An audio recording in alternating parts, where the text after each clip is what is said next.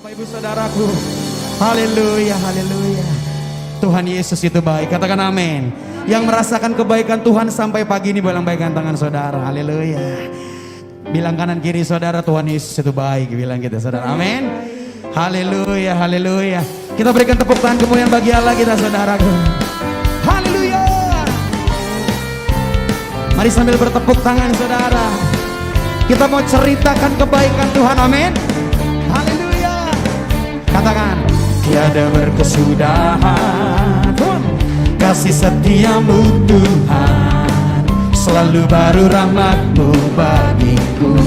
Oh, hari berganti hari, hari berganti hari, amin.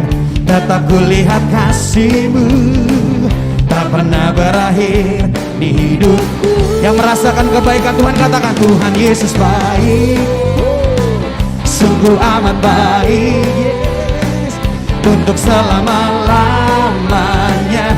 Tuhan Yesus baik, Tuhan Yesus baik,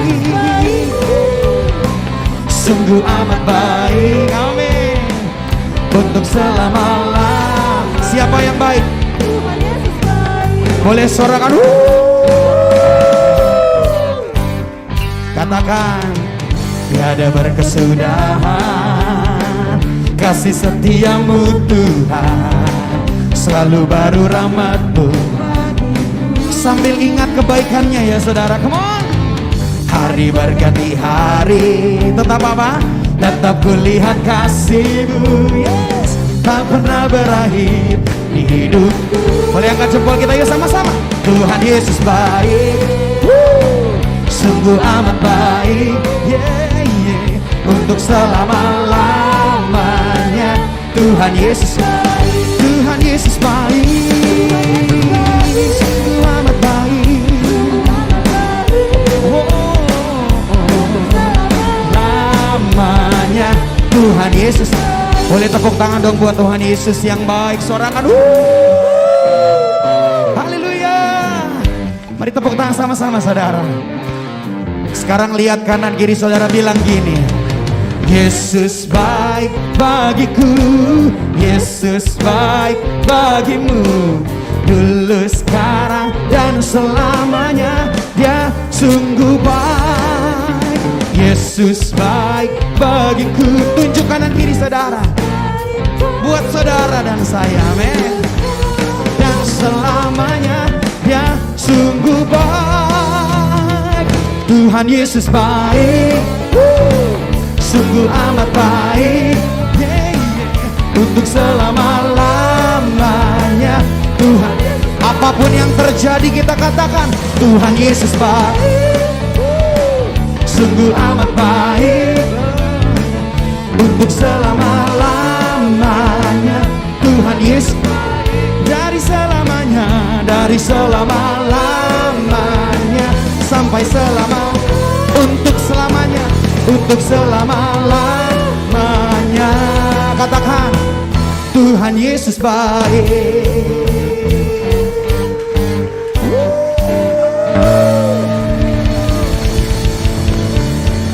dari selama-lamanya, untuk selama-lamanya, untuk selama-lamanya. Tepuk tangan dulu dong buat Tuhan kita Yesus yang dahsyat. Sambil ingat kebaikannya ya saudara, angkat kedua tangan kita yuk, katakan, Tuhan Yesus baik, haleluya. Sorakan haleluya, haleluya. Silakan duduk Bapak Ibu Saudara dalam hadirat Tuhan. Tuhan kita baik, Tuhan Yesus itu baik. Sungguh kami melihat kasih setia-Mu sampai pagi ini Tuhan. Tidak pernah kekurangan hal yang baik daripada-Mu. Terima kasih Tuhan. Pagi kami butuh Engkau lebih dari segalanya. Kami butuh Engkau lebih dari nafas hidup kami Tuhan. Terima kasih Tuhan, terima kasih.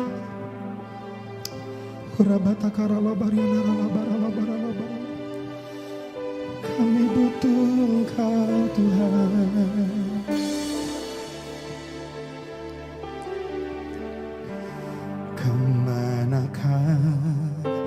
kami mencari kasih sejati. Kemanakah kami berseru saat badai datang menderu? Yang kami tahu hanya Kau yang mampu pulihkan segala sesuatu. Katakan, kemanakah kami mencari kasih yang sejati itu, Tuhan. Sejati. Kemanakah kami berseru, Tuhan? Kemanakah kami berseru saat badai datang menderu? Yang kami tahu hanya Kau yang mampu pulihkan segala sesuatu.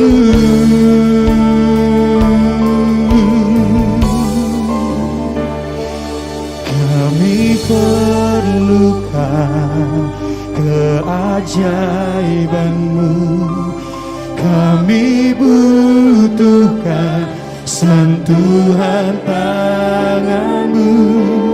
Kami tak dapat jalan sendiri. Tuhan, kami mau bilang, kami perlu Kau. Kami perlukan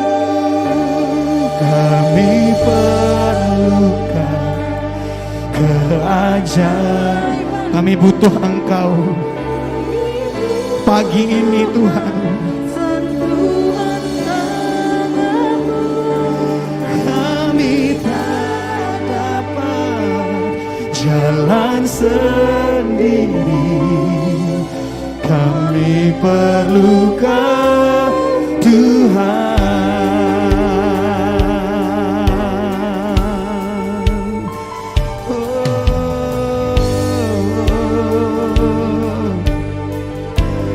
Kemanakah kami mencari, Tuhan? Kemanakah kami mencari kasih yang sejati itu, Tuhan? Kasih sejati. Kemanakah kami saat badai datang menderu? Yang kami tahu hanya Kau yang mampu pulihkan segala sesuatu.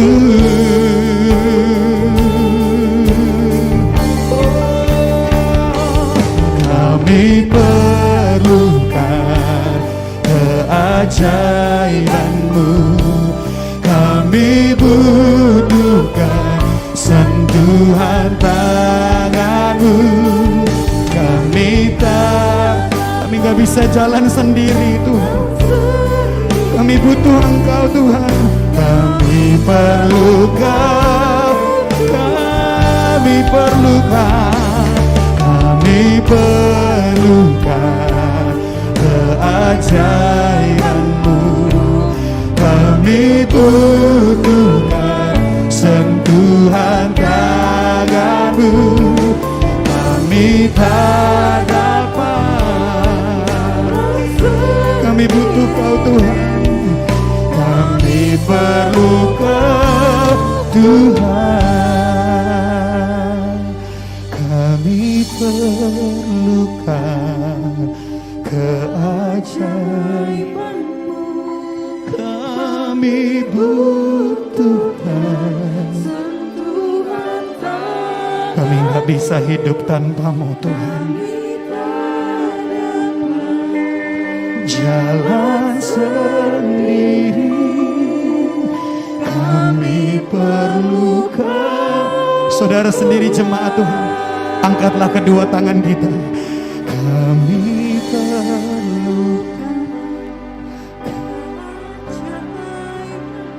butuh sentuhan.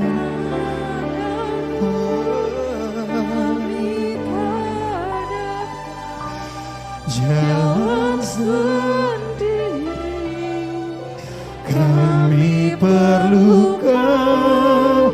Biar musik saja, mari berbahasa roh.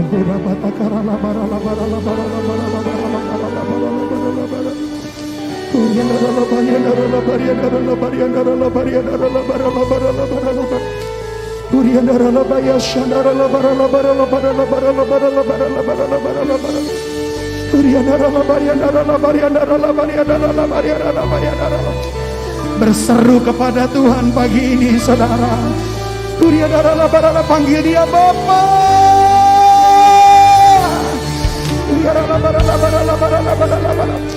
Saudara yang berkata pagi ini, Tuhan, aku nggak bisa jalan sendiri. Aku perlu Engkau, Tuhan.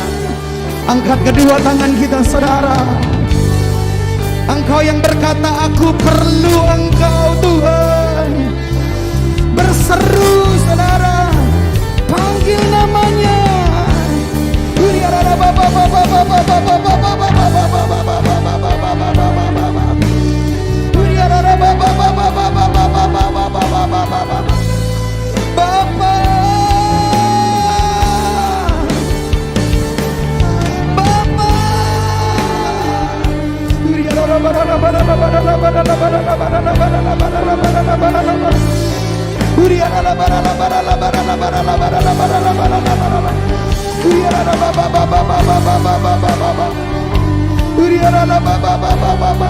Pegang tangan kami, Tuhan. Kami perlu Engkau pagi ini, Tuhan.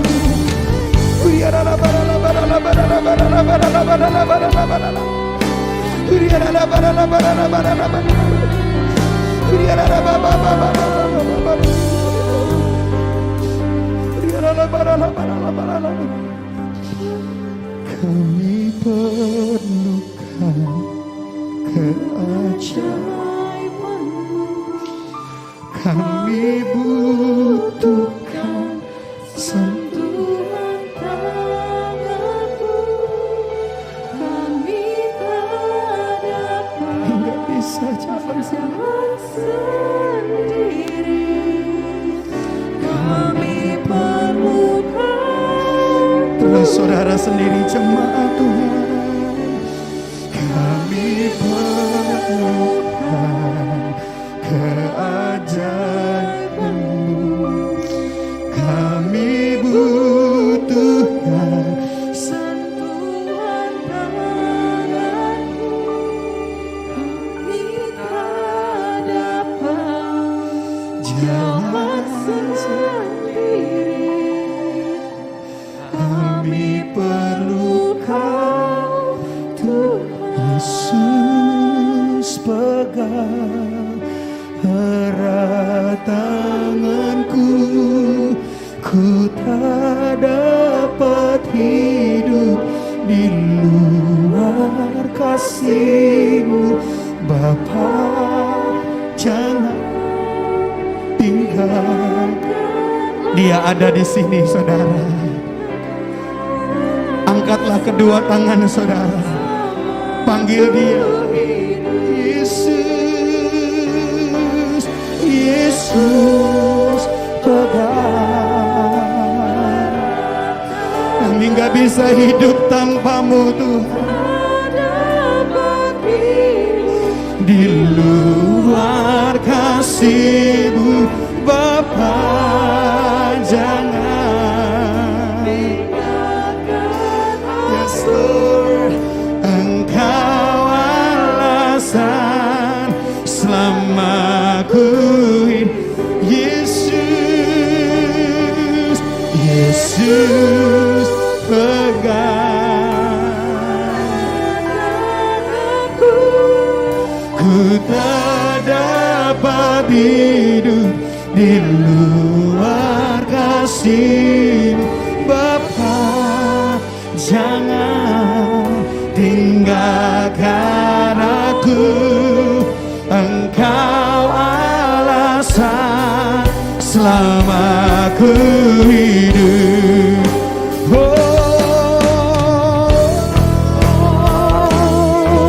Yesus, pegang erat tanganku, ku tak dapat hidup di luar kasih-Mu. Bapa, jangan. Engkau alasan kami hidup.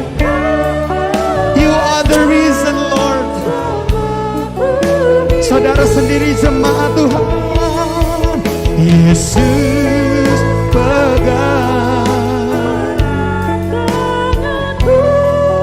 ku tak dapat hidup.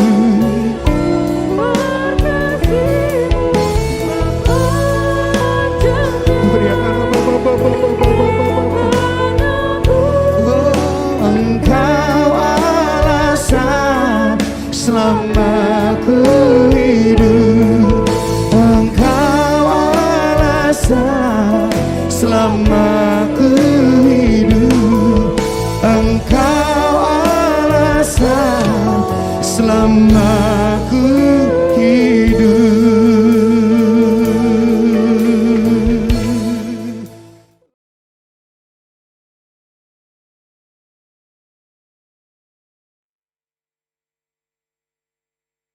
Shalom semuanya.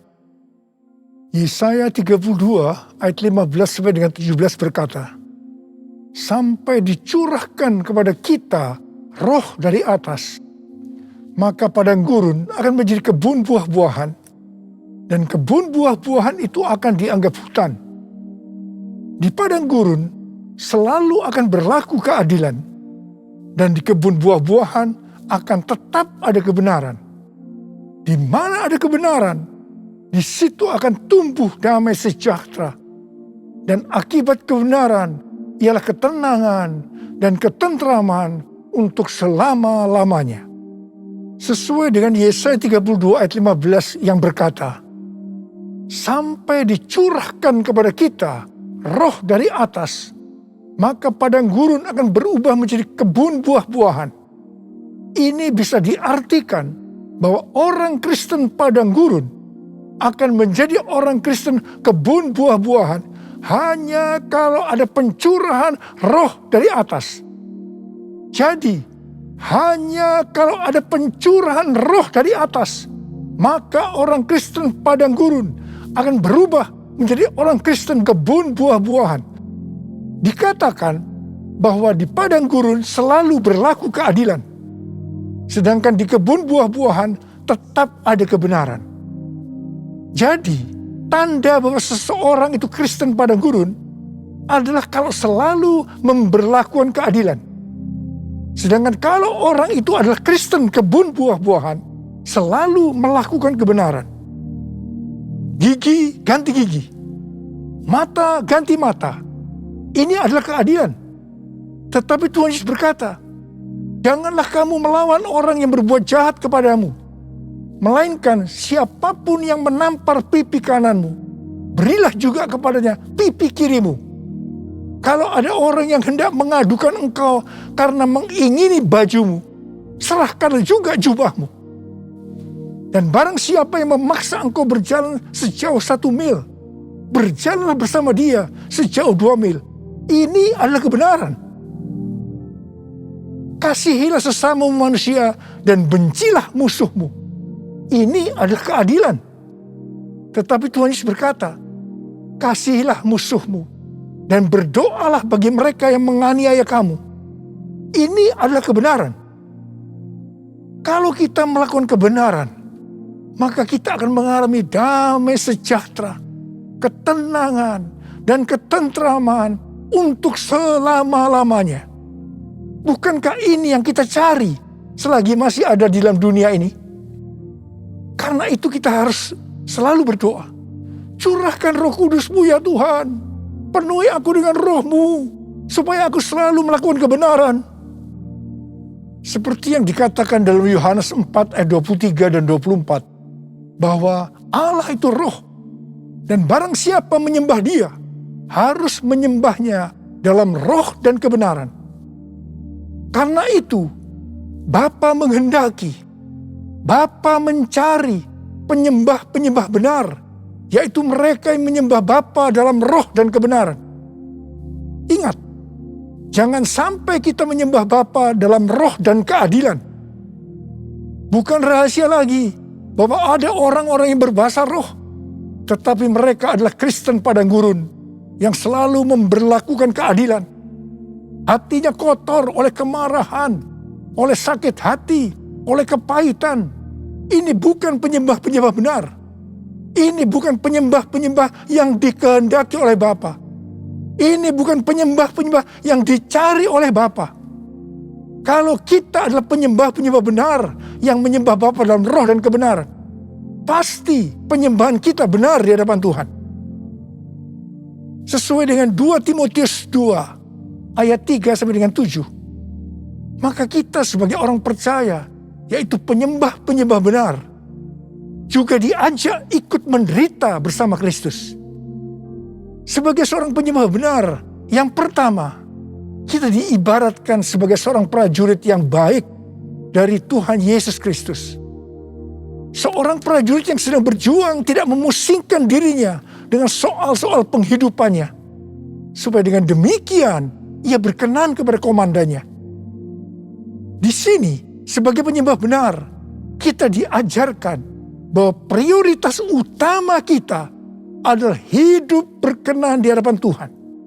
Hidup untuk menyenangkan hatinya Tuhan. Memikirkan soal-soal penghidupan adalah nomor berikutnya. Hal yang kedua, kita sebagai penyembah benar diibaratkan sebagai seorang olahragawan. Seorang olahragawan hanya dapat memperoleh mahkota sebagai juara apabila bertanding menurut peraturan-peraturan olahraga. Sebagai penyembah benar, kita tidak sekedar hanya masuk surga, tetapi masuk surga dengan mendapatkan mahkota. Katakan amin.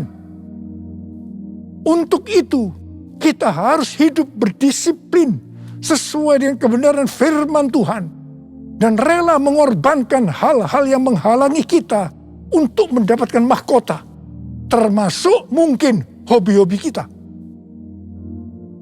Yang ketiga, sebagai penyembah benar diibaratkan sebagai petani yang harus siap bekerja keras dalam pengharapan akan tuaian, meskipun dalam waktu yang relatif lama. Dalam Titus 3 ayat 8 dikatakan, kita harus berusaha sungguh-sungguh melakukan pekerjaan yang baik. Artinya kita harus bekerja keras. Kita juga harus berusaha sungguh-sungguh supaya kita kedapatan tidak bercacat celah pada waktu kedatangannya. Untuk kita bisa mengerti akan semua hal ini, maka kita harus mengingat perkataan Rasul Paulus dalam 2 Timotius 2 ayat 7, yaitu Tuhan akan memberi kepadamu pengertian dalam segala sesuatu. Saya juga berdoa agar kita semua mengerti makna ajakan untuk ikut menderita bersama Kristus. Sebagai penyembah-penyembah benar, kita juga harus mengikuti tiang awan dan tiang api. Kalau mereka bergerak, kita juga harus bergerak. Kalau mereka diam, kita juga harus diam. Pada waktu zaman Musa, tiang awan dan tiang api bisa dengan waktu yang lama berada di satu tempat. Tetapi ada kalanya hanya beberapa jam saja. Mungkin mereka kadang-kadang tidak bisa mengerti. Tapi satu hal yang mereka lakukan, mereka taat untuk mengikuti gerakan tiang awan dan tiang api. Hal yang seperti ini yang juga kita harus lakukan sekarang dengan mengikuti tuntunan Roh Kudus. Bapa di surga, ku puji nama-Mu. Bapa di surga, ku puji nama-Mu. Ku cinta, ku puja, ku sembah selamanya. Bapa di surga, ku puji nama-Mu.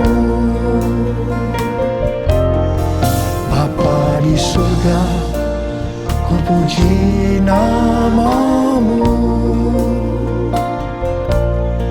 Bapa di surga, ku puji namamu. Ku cinta, ku puja, ku sembah selamanya. Bapa di surga, ku puji namamu.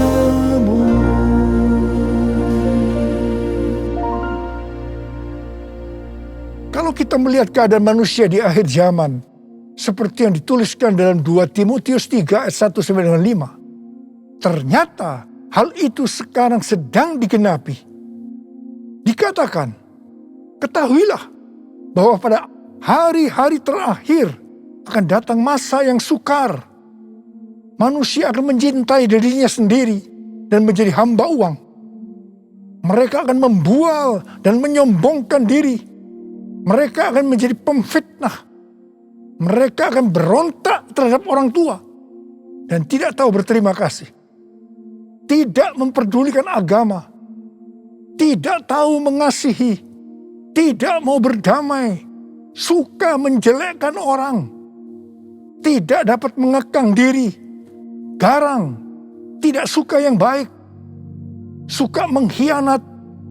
Tidak berpikir panjang. Berlagak tahu. Lebih menuruti hawa nafsu daripada menuruti Allah. Secara lahiriah, mereka menjalankan ibadah mereka. Tetapi pada hakikatnya, mereka memungkiri kekuatannya. Jauhilah mereka itu. Mereka ini adalah orang-orang Kristen padang gurun. Karena itu sekali lagi, hanya pencurahan roh yang dari atas, yang artinya pencurahan Roh Kudus yang dahsyat dari Pentakosta ketiga, sangat diperlukan hari-hari ini untuk menjadikan orang Kristen padang gurun menjadi orang Kristen kebun buah-buahan.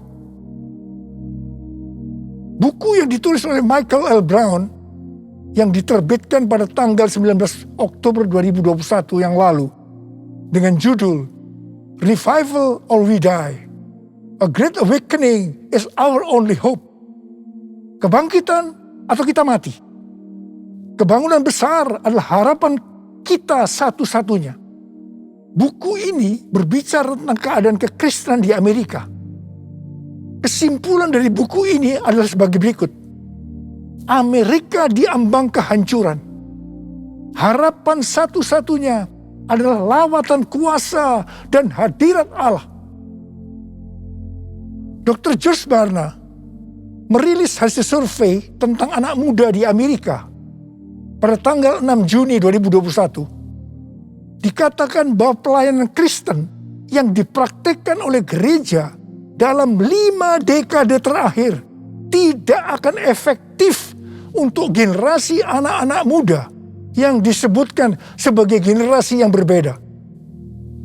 Mereka ini tidak peduli terhadap bangsa Amerika. Meragukan sejarah dan fondasi bangsa. Mereka mahir dalam teknologi, bebas secara seksual, labil emosinya, dan campur aduk kerohaniannya. Melihat semua ini, sekali lagi saya katakan, perlu adanya pencurahan roh dari atas, yaitu pencurahan yang dahsyat dari Roh Kudus di era Pentakosta ketiga ini. Kita patut bersyukur bahwa Tuhan membuat APT, yaitu Azusa Street Prayer Tower di Los Angeles, Amerika Serikat, yang akan terus berdoa supaya pencurahan Roh Kudus yang dahsyat dari Pentakosta ketiga terjadi. Izin penggunaan tempat untuk APT sudah keluar. Haleluya. Sekarang kita sedang mengajukan izin renovasi gedung. Ku mau selalu bersyukur, selalu bersyukur. Kau Tuhan yang setia, yang selalu menopang. Ku mau selalu bersyukur, selalu bersyukur. Kau Bapa-Ku yang setia.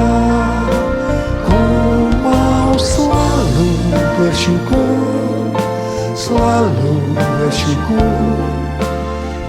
Tuhan yang setia, yang selalu menopang. Ku mau selalu bersyukur, selalu bersyukur. Kau Bapa-Ku yang setia, Kau Bapa-Ku yang setia. Pada waktu murid-murid Tuhan Yesus menantikan pencurahan Roh Kudus di kamar loteng Yerusalem, di mana disebutkan sebagai Pentakosta yang pertama, dikatakan dalam Kisah Para Rasul 1 ayat 14 bagian A, bahwa mereka semua bertekun dengan sehati dalam doa bersama-sama. Artinya mereka berdoa, memuji dan menyembah Tuhan dalam unity siang dan malam. Ini adalah prinsip restorasi Pondok Daud. Ini adalah prinsip menara doa. Setelah 10 hari mereka melakukan itu, Roh Kudus dicurahkan. Mereka dipenuhi Roh Kudus dengan tanda awal berbahasa roh. Setelah itu mereka dipakai Tuhan Yesus untuk melakukan amanat agung. Hari-hari ini, di era Pentakosta ketiga, kita harus melakukan hal yang sama, yaitu berdoa, memuji dan menyembah Tuhan dalam unity siang dan malam, supaya pencurahan Roh Kudus yang dahsyat dari Pentakosta ketiga terjadi, sehingga amanat agung selesai. Dan setelah itu Tuhan Yesus datang kembali. Saya mempunyai kesaksian bagaimana dengan melalui unity terjadi gerakan doa yang mengakibatkan kebangunan rohani yang dahsyat. Pada tahun 2002, Ibu Bridget, seorang pendoa syafaat di tempat kita, mendapatkan suatu penglihatan.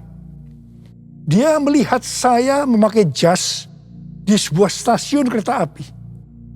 Kemudian ada suara, "Change destination, change destination." Waktu penglihatan itu disampaikan kepada saya mendapatkan pengertian bahwa akan terjadi perubahan dalam pelayanan saya. Ketika saya sedang bertanya-tanya kepada Tuhan tentang hal ini, tiba-tiba saya merasakan bahwa kemuliaan Tuhan yang membuat kita menjadi satu sesuai dengan Yohanes 17 turun ke atas saya. Apa yang saya alami?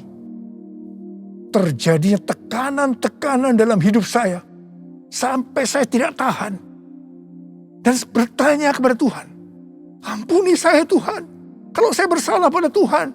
Apa yang harus saya lakukan Tuhan? Ampuni saya." Tuhan menjawab, "Niko, selama ini kamu sombong, kamu arogan. Sekarang kamu harus melakukan 2 hal. Yang pertama, turunkan nama gerejamu yang kau bangga-banggakan. Yang kedua, kamu harus meminta maaf kepada gereja-gereja lain. Mungkin selama ini dengan secara tidak sadar, karena pelayanan saya yang begitu sukses, membuat saya sombong dan membuat sakit hati gereja-gereja lain. Dengan tidak berpura-pura, artinya dengan tulus hati, saya melakukan apa yang Tuhan suruh. Di tengah-tengah saya melakukan itu, tiba-tiba roh rekonsiliasi turun. Ini terjadi antara saya dengan gereja-gereja lain, dan juga di antara gereja-gereja itu. Setelah terjadi rekonsiliasi, maka roh doa turun melanda Indonesia. Saya ingat bagaimana para pemimpin gereja sering berkumpul untuk berdoa bersama-sama. Rumah-rumah doa yang tadinya hanya berada di beberapa kota saja, tiba-tiba menjadi ratusan kota. Tahun 2003 diadakan NPC, yaitu National Prayer Conference di Gelora Bung Karno, yang mana ini belum pernah terjadi di Indonesia. Pada waktu terjadi gerakan doa itu, tiba-tiba saya sakit alergi. Saya tidak bisa makan makanan yang enak, sebab banyak bumbu-bumbu makanan yang tidak bisa saya makan. Tiba-tiba Tuhan itu berkata kepada saya, "Kamu sedang puasa Daniel." Oh, jadi rupanya puasa Daniel itu artinya makan makanan yang tidak sedap atau tidak enak. Setelah Daniel berpuasa 21 hari, malaikat Tuhan datang kepadanya untuk memberitahukan apa yang akan terjadi pada bangsa Israel. Saya merasakan bahwa Tuhan juga akan berbicara kepada saya tentang Indonesia. Pada suatu hari ketika saya sedang menonton visi di transformasi, tiba-tiba saya menangis. Dan tiba-tiba Tuhan berkata kepada saya, Indonesia akan mengalami transformasi. Setelah kejadian itu, saya mulai sering memperkatakan bahwa Indonesia akan mengalami transformasi. Ternyata yang mendapatkan bahwa Indonesia akan mengalami transformasi bukan saya saja, tetapi hamba-hamba Tuhan yang lain juga mendapatkan hal yang sama. Di tengah-tengah doa untuk terjadinya transformasi, tiba-tiba pada tahun 2004, kita dikejutkan oleh bencana tsunami yang melanda Aceh, di mana lebih dari 200.000 orang yang meninggal. Tidak hanya itu, tetapi di beberapa tempat terjadi bencana alam seperti gempa bumi yang hebat. Selain itu, orang-orang miskin juga bertambah banyak. Saya berkata kepada Tuhan, katanya Indonesia mengalami transformasi, tetapi mengapa terjadi hal-hal yang seperti ini? Tuhan tidak menjawab, tetapi yang pasti banyak orang yang bertobat. Ini adalah suatu kebangunan rohani. Kan ada kebangkitan yang besar, kan ada pemulihan di negeri kami. Kan ada kebangkitan yang besar, yang berseru kepada Yesus diselamatkan. Kan ada kebangkitan yang besar, kan ada pemulihan di negeri kami. Kan ada kebangkitan yang besar, yang berseru kepada Yesus diselamatkan.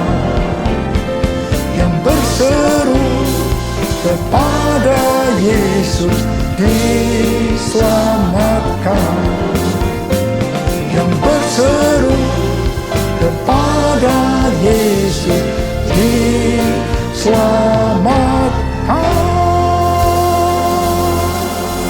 Haleluya! Hari-hari ini kita sedang memasuki era Pentakosta ketiga, di mana kita sedang menunggu pencurahan Roh Kudus yang dahsyat dari Pentakosta ketiga, yang akan mengakibatkan penuaian jiwa yang terbesar dan yang terakhir sebelum Tuhan Yesus datang kembali. Pentakosta ketiga akan membangkitkan generasi Yeremia, yaitu anak-anak muda yang dipenuhi Roh Kudus, cinta mati-matian kepada Tuhan Yesus, tidak kompromi terhadap dosa, dan akan bergerak untuk menangkan jiwa. Pentakosta ketiga akan memberikan kuasa untuk menyelesaikan amanat agung. Kita yang merindukan hal ini terjadi, maka kita harus melakukan seperti yang terdapat dalam Kisah Para Rasul 1 ayat 14a tadi, yaitu berdoa, memuji, dan menyembah Tuhan dalam unity siang dan malam. Ini adalah prinsip restorasi Pondok Daud. Ini adalah prinsip menara doa. Seperti yang kita alami pada zaman transformasi Indonesia, maka pada zaman ini Tuhan meminta agar gerejanya menjadi satu. Gerejanya unity. Kalau pada saat itu gereja GBI Gatot Subroto yang dipakai untuk rekonsiliasi di antara gereja-gereja sehingga terjadi unity, maka hari-hari ini hal yang serupa Tuhan meminta agar gereja-gereja tidak hanya memikirkan dirinya sendiri. Seperti yang saya lakukan pada waktu itu, di mana saya diminta untuk meminta maaf sehingga terjadi rekonsiliasi. Seperti yang terdapat dalam 1 Korintus 10 ayat 23 dan 24 yang berkata, segala sesuatu diperbolehkan, benar, tapi bukan segala sesuatu berguna. Segala sesuatu diperbolehkan, benar, tapi bukan segala sesuatu membangun. Jangan seorang pun yang mencari keuntungannya sendiri, tetapi hendaklah tiap-tiap orang mencari keuntungan orang lain. Biarlah kita sebagai gereja Tuhan melakukan ini. Jadi, kita sebagai gereja Tuhan harus sering mengoreksi diri. Apakah yang kita lakukan sesuai dengan kehendak Bapa yang di sorga, yang menghendaki agar kita menyelesaikan amanat agung? Penuaian jiwa yang terbesar dan yang terakhir ini akan terjadi kalau gereja-gereja Tuhan unity. Gereja-gereja Tuhan menjadi satu sehingga roh doa turun. Semua ini akan mengakibatkan pencurahan Roh Kudus yang dahsyat dari Pentakosta ketiga terjadi. Mari, saya ajak saudara untuk mengangkat tangan. Kita nyanyikan sama-sama. Satukan kami ya Tuhan bersama dengan tali yang tak putus. Satukan kami ya Tuhan bersama dengan kasih sempurna. Allah kami satu, Raja pun satulah. Tubuh Kristus satu, sebab itu ku nyanyi.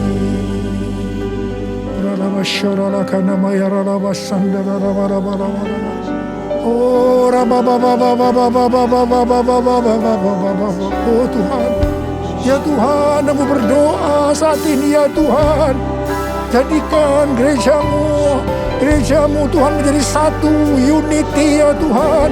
Aku berdoa buat anak-anakmu, gereja-gerejamu agar mereka unity. Oh Tuhan, terima kasih, curahkan rohmu saat ini. Curahkan rohmu ya Tuhan, curahkan rohmu. Akan membuat hati kami menjadi lembut ya Tuhan.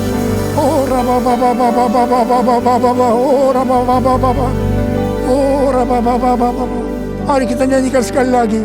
Satukan kami ya Tuhan bersama dengan tali yang tak putus. Satukan kami ya Tuhan bersama dengan kasih sempurna. Allah kami satu, Raja pun satulah. Tubuh Kristus satu, sebab itu ku nyanyi. Tuhan Yesus, Engkau baik. Tuhan Yesus, Engkau baik. Terima kasih buat pesan-pesan-Mu kepada kami semua. Terima kasih ya Tuhan, terima kasih. Dalam nama Yesus berdoa, terima kasih. Amin. Saudara-saudara, kita akan masuk ke dalam perjamuan kudus. Kita akan mengingat ayat ini. Sebab setiap kali kamu makan roti ini dan minum cawan ini, kamu memberitakan kematian Tuhan sampai Ia datang. Perjamuan kudus adalah perjamuan Tuhan Yesus sendiri. Setiap kali kita masuk dalam perjamuan kudus, Tuhan Yesus selalu berkata, biarlah ini menjadi peringatan akan aku. Karena itu mari arahkan hati kita kepada kebaikan Tuhan. Untuk mengingat kebaikan Tuhan. Supaya kita lebih mengasihi Tuhan Yesus. Supaya kita lebih mengasihi satu dengan yang lain. Mari tundukkan kepala. Bapa, siapakah kami sebelum kami mengenal Engkau? Kami semua orang berdosa. Upah dosa adalah maut, mati. Tapi Engkau yang tidak berdosa telah dijadikan dosa oleh karena kami semua. Engkau harus turun dari sorga mulia, menjelma menjadi manusia. Mati ganti kami dengan penderitaan yang luar biasa. Sungguh kalau kami pikirkan betapa baiknya Engkau ya Aba. Engkau jadikan kami sebagai anak-anak-Mu. Engkau berkati, Engkau tuntun, Engkau mendidik kami. Engkau menyembuhkan, Engkau juga menegur kalau kami salah. Tuhan terima kasih. Itu Engkau ya Aba. Itu Engkau. Tuhan akan memberkati kita semua melalui perjamuan kudus. Tapi Tuhan mau kita makan dan minum dengan cara yang benar. Karena itu masing-masing introspeksi. Lihat keadaan dirimu sekarang. Kalau ada hal-hal yang selama ini belum diselesaikan dengan Tuhan. Dan Tuhan ingatkan itu langsung. Mari kita minta ampun. Ampuni saya Tuhan. Ampuni saya Tuhan. Ampuni. Minta ampun. Kau melihat ya Aba. Kau melihat mereka anak-anak-Mu yang sedang berdoa untuk minta ampun padamu. Kau mengampuni ya Tuhan. Layakkan kami untuk masuk dalam perjamuan kudus. Terima kasih ya Aba. Terima kasih. Kami akan masuk dalam perjamuan kudus dengan hati yang penuh ucapan syukur. Dalam nama Yesus kami berdoa. Amin.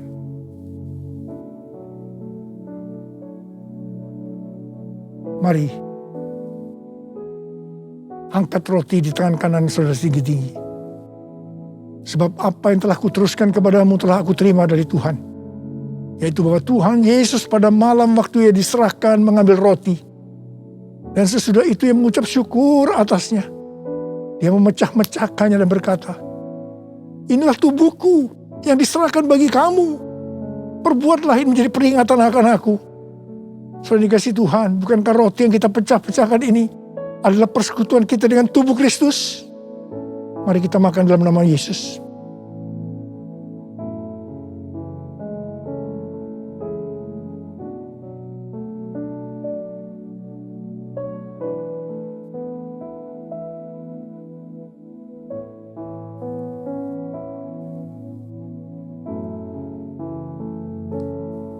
Mari angkat cawan di tangan kanan saudara tinggi-tinggi. Demikian juga ia mengambil cawan sesudah makan lalu berkata, cawan ini adalah perjanjian baru yang dimeteraikan oleh darahku. Perbuatlah ini setiap kali kamu meminumnya menjadi peringatan akan aku. Dan dikasih Tuhan, bukan cawan pengucapan syukur. Yang atasnya kita ucapkan syukur adalah persekutuan kita dengan darah Yesus. Mari kita minum dalam nama Yesus.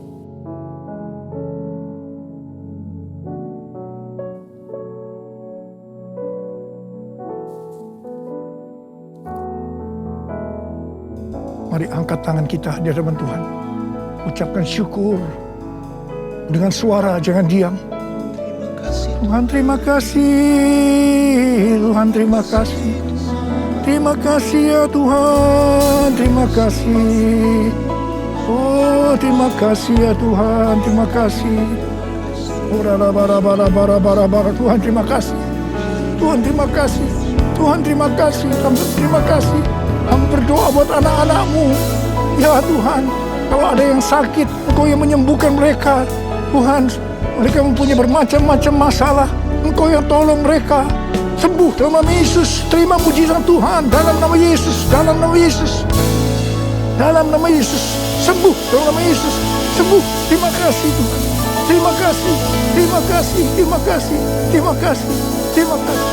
Terima kasih Yesusku, terima kasih Yesusku. Puji syukur hanya bagi Tuhanku. Terima kasih Yesusku, terima kasih Yesusku. Puji syukur hanya bagi Tuhanku. Terima kasih ya Tuhan. Terima kasih Yesusku, terima kasih Yesusku. Puji syukur hanya bagi Tuhanku. Terima kasih Yesusku, terima kasih Yesusku. Puji syukur hanya bagi Tuhanku. Puji syukur hanya bagi Tuhanku. Puji syukur hanya bagi Tuhanku. Terima kasih. Terima kasih Allah. Terima kasih. Terima kasih. Terima kasih. Mari angkat tangan saudara, terimalah berkat Tuhan. Kasih karunia yang berlimpah-limpah daripada Allah Bapa dalam anak yang tunggal Yesus Kristus. Persekutuan yang manis dengan Roh Kudus menyertai saudara sekalian mulai hari ini. Sampai Tuhan Yesus datang menjemput kita di awan-awan dan bahkan sampai selama-lamanya. Yang percaya bersama-sama katakan, Amin. Tuhan Yesus berkati saudara.